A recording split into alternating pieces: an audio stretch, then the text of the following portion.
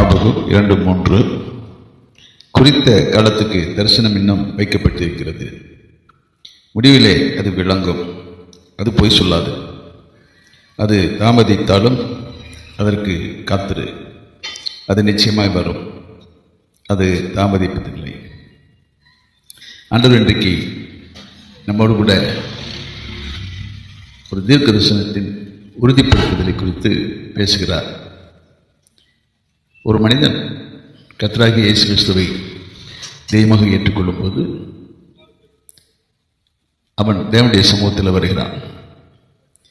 அவன் கர்த்தரை ஏற்றுக்கொண்டபடினாலே அவனை குறித்து தேவனுக்கு ஒரு நோக்கம் இருக்கிறது. அந்த தேவனுடைய நோக்கத்தை ஆண்டவர் தரிசனமாக அவனுக்கு வெளிப்படுத்துகிறார்.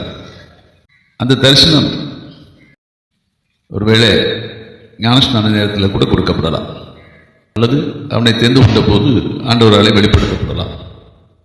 எப்படியாயினும் ஆண்டவர் தன்னுடைய தரிசனத்தை ஒருவனை ஆண்டவர் தெரிந்து கொள்ளும் போது அவனுக்கு தெரியப்படுத்துகிறார். ஒரு ஞானஸ்நானத்தில் கூட ஆண்டவர் தன்னுடைய தரிசனத்தை அவனுக்கு வெளிப்படுத்துவார். ஒருவன் மூழ்கி ஞானஸ்நானம் எடுக்கும்போது அவனுக்கு ஒரு வாக்குத்தத்த வார்த்தையை வாசிப்பார்கள். அந்த வாக்குத்தத்த வார்த்தை அவருக்கு கொடுக்கப்படுகிற வாழ்நாள் வாக்குத்தத்தம் அல்லது தரிசனம்.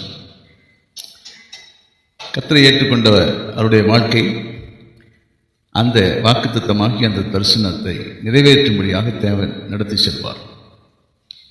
அப்படி எப்படியாயினும் ஒரு தரிசனத்தை ஆண்டவர் அவனுக்கு கொடுத்து தான் அவனை தெரிந்து கொண்டதின் நோக்கத்தை அவனுக்கு வெளிப்படுத்துகிறார். தேவன் கொடுத்த தரிசனத்தை தேவன் நிச்சயமாய் நிறைவேற்றுவார் என்ற நம்பிக்கையோடு கூட அந்த தரிசனத்தை தன்னுடைய வாழ்க்கையின் ஒரு குறிக்கோளாக எல்லையாக நிறைவேறுவதற்கு அதனை நோக்கி எடுக்கிற பிரயாசமாக அவன் செயல்படும் போது அவனுடைய வாழ்க்கையில் ஆண்டவருடைய எல்லா விதமான ஆசீர்வாதங்களையும் அவன் சுதந்திரித்துக் கொள்ள முடியும். அந்த தரிசனத்துக்கு நேராக அவன் தன்னுடைய வாழ்க்கையை நடத்தி செல்லும்போது ஆண்டவர் அவனுடைய வாழ்க்கையிலே நன்மையையும் ஆசீர்வாதங்களையும் கிருபையையும் கொடுத்து அவனை நடத்துகிறார். ஒருவேளை அந்த தரிசனத்தை விட்டு நாம் வேறு பாதையிலே நம்முடைய வாழ்க்கையை நடத்தி செல்வோமானால் நம்முடைய வாழ்க்கையில் நம்முடைய சுயசித்தத்தினாலே வருகிற பாடுகளையும் துன்பங்களையும் வேதனைகளையும் தான் சந்திக்க முடியும். எனவே தான் ஆண்டவர் இன்றைக்கு அப்படிப்பட்ட துன்பமான சூழ்நிலையிலே நாம் சிக்கிக்கொள்ளாதபடிக்கு ஆண்டவர் நமக்கு இந்த வார்த்தையை கொடுக்கிறார்.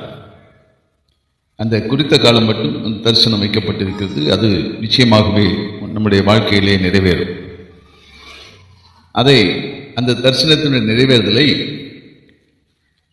நாம் நிச்சயமாகவே ஒரு நாள் அறிந்து கொள்ள முடியும். தாமதிக்கக்கூடும், அந்த தரிசனம் தாமதிக்கக்கூடும். ஆனாலும் அதுக்கு நாம் காத்திருந்து நம் வாழ்க்கை பாதையை நடத்தி செல்ல வேண்டும். நம்முடைய வாழ்க்கை அதுக்கு நேராக, தரிசனத்துக்கு நேராக நம்முடைய வாழ்க்கையினுடைய ஒவ்வொரு செயல்பாடுகளும் அமைய வேண்டும். அப்பொழுது அது நிச்சயமாய் நம்முடைய வாழ்க்கையில நிறைவேறும். நாம் ஆசிரிக்க விடுவோம்.